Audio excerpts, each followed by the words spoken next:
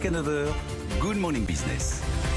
Et c'est Nordine Hachmi, le PDG de Kaufmann & Broad, qui est avec nous sur ce plateau. Merci d'être ce matin en direct dans Good Morning Business. Vous présentez vos résultats pour le premier semestre 2021. Et ce que vous nous dites, c'est que l'activité a repris, elle a bien repris, mais elle n'est pas encore au niveau de 2019 encore. Non, on n'en est pas encore là. Alors encore une fois, pour un problème d'offre et pas du tout de demande. La demande est très soutenue. Elle est très soutenue de la part des acquéreurs particuliers. Elle est soutenue de la part des bailleurs sociaux.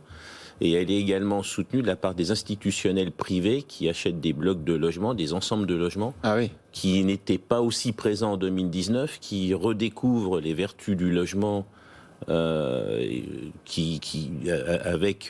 une redécouverte du rapport rendement-risque qui a été révélé en particulier pendant la crise sanitaire, puisqu'on a continué de payer les loyers.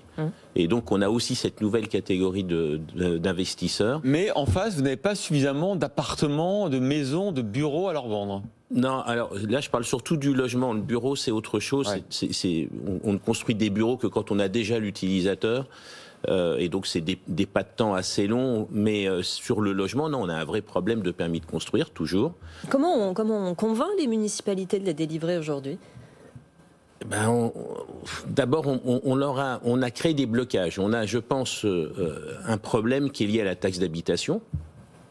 Puisque aujourd'hui, vous savez, la taxe d'habitation, c'était le moyen pour les collectivités face à l'arrivée d'une nouvelle population qui créait des nouveaux besoins de services, d'infrastructures. Eh bien, les municipalités, dans leur budget, pouvaient mettre en face de ces demandes des ressources qui étaient liées à la taxe d'habitation. Et donc, elles étaient incitées à donner des permis de construire parce qu'elles savaient que ça serait de la taxe d'habitation en plus.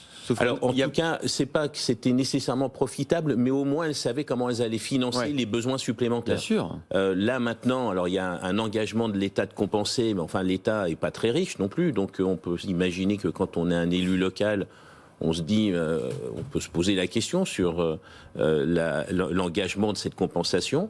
Et puis, il y a aussi une réaction un peu épidermique avec certainement une surinterprétation de la manière de traiter la crise environnementale dans laquelle on est, qui consiste à dire je fais rien, mais enfin la population est là, la croissance démographique est là, et de toute façon il faut loger les gens qui ont besoin de logement. Tous les invités qu'on reçoit sur ce plateau, qui sont dans la promotion immobilière comme vous, nous disent la même chose. Et du coup, qu'est-ce qu'il faudrait faire ? Est-ce qu'il faut... Comment on peut contraindre les municipalités ? Est-ce que c'est l'État qui doit les contraindre ? Est-ce qu'on doit imposer des quotas ? C'est quoi la solution selon vous ? Je ne crois pas à la contrainte. Déjà, quand nos projets sont soutenus par les élus, on a des recours. Ouais. Donc imaginez des projets qui ne seraient pas soutenus par les élus, ils ne sortiraient jamais de terre. Donc... Mais c'est désespérant ce que vous nous dites. C'est-à-dire qu'on est dans un pays où on souffre d'une pénurie de logements et ça va s'aggraver. Oui, tout à fait, parce qu'on souffre d'une pénurie à la fois quantitative et qualitative. Les logements qui existent ne sont pas nécessairement ni en termes de normes, ni en termes d'impact environnemental, ni en termes d'emplacement d'ailleurs satisfaisants. Donc il faut convaincre, mais il ne faut pas convaincre simplement les élus, il faut que les élus sentent aussi qu'ils sont soutenus par leur population. Ouais. Et il faut que la population comprenne que les logements qu'on construit aujourd'hui, c'est pour leurs enfants demain.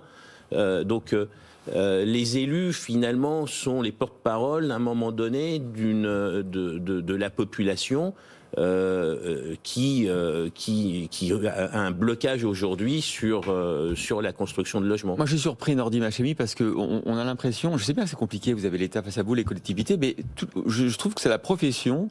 Vous pourriez essayer de convaincre l'opinion, vous venez de le dire. Allez chercher l'opinion, allez leur dire que si leurs maires ne construisent pas, c'est bien la faute de leur maire, sinon pas le logement dont ils rêvent. Alors, un promoteur a certainement beaucoup de difficultés à s'exprimer auprès du grand public pour être convaincant, puisqu'au très vite on va tomber dans la caricature qui est associée à la promotion. Donc on n'est pas nécessairement les meilleurs porte-parole, mais avoir des campagnes de communication déjà pour réexpliquer en quoi consistent les logements qu'on construit des logements qui ne sont pas du tout là pour faire de la spéculation immobilière, puisqu'ils sont très contraints en termes de location. L'essentiel des investisseurs particuliers louent aux tarifs Pinel de location qui sont légèrement au-dessus du coût du logement social. Donc on ne peut pas dire qu'il y a de la spéculation immobilière en France, c'est pas vrai. L'ensemble des logements qui sont construits sont occupés, donc on n'est pas en train de faire des bars le long de la côte méditerranéenne vides qui vont encore une fois être l'objet de spéculation. On construit des logements dans des zones tendues, il y a des besoins de logement et l'essentiel de la production se fait en logement intermédiaire, en logement social ou de l'investissement Pinel qui est sous loyer sous contrainte. Dernière question, beaucoup de pénurie en ce moment de matériaux ou ça commence à se résoudre? Alors, pénurie du bois, là vraiment pénurie, c'est-à-dire au point où il y a des chantiers qui vont arrêter parce qu'on n'a pas on va attendre la rentrée pour les démarrer, et puis une hausse des prix de l'acier assez fort. Pour le moment, on arrive encore à peu près à gérer la situation. Certains disent qu'à la rentrée, ça devrait se détendre. On observe, on est très vigilant. Bon, merci beaucoup Nordine Hachemi, PDG de Kaufmann & Broad. Je rappelle que vous avez quand même augmenté votre chiffre d'affaires de 57% au premier semestre à 605 millions d'euros, mais qu'on n'est pas encore au niveau de 2019. Merci à vous.